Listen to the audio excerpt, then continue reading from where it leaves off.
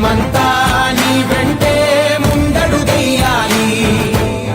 ప్రతి ఊరు నీ పరిపాలన కోరింది, ఓ ప్రతి వాడ నీకే మద్దతు పలికింది.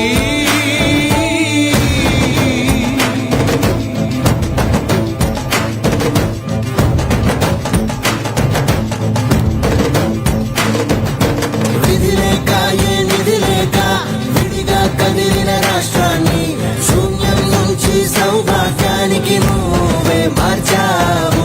మా ఆత్మ గౌరవ గీతికవై, మా జాతి పౌరుష దీపికవై, నవ్యాంధ్ర జనతా సారథివై నడిచావు. మా బంగారు భవితనువై, మా రానున్న చరితనువై, మా ప్రియతమ నేతనువై పిలిచావు, గెలిచావు.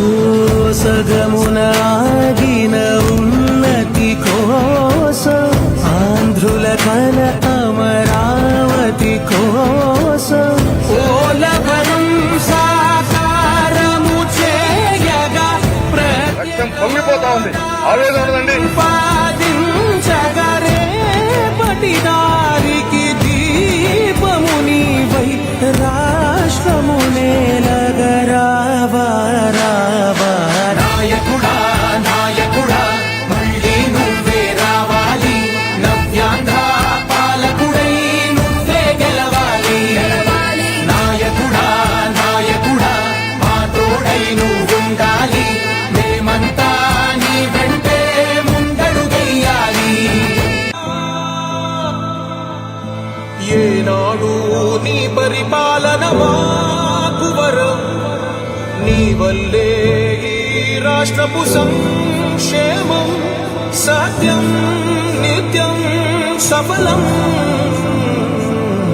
జనగణ మంగళ నాయకుడా, ఘనమగు చరితల నాయకుడా, పలుతరములు మము పరిపాలించర స్వామికుడా.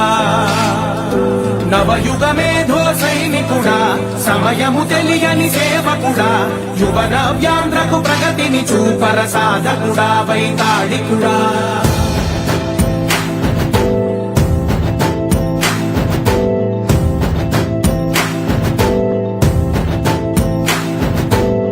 ప్రతి ఇల్లు నిన్నే నిన్నే పిలిచింది, ప్రతి గడప నీకే స్వాగతమంటోంది, ప్రతి మనసు నువ్వే గెలవాలంటోంది. పెద్ద కొడుకు నీవై తోడున్నావు చాలు, జరుగుతుంది మాకు మేలు మేలు.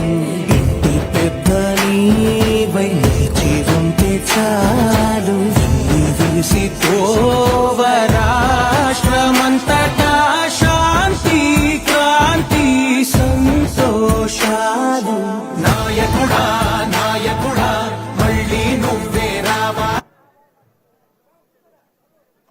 Check check. నమస్కారం, శుభ సాయంత్రం. ఈ పవిత్ర వేదిక పైన ఉన్న పెద్దలందరికీ, యువత భవిష్యత్తుకు మరి సేవ చేయాలని చేసిన ప్రియమైన అభ్యర్థులను, అలాగే మీ పరివార ఈరోజు దేశ రాష్ట్ర హృదయపూర్వక స్వాగతం.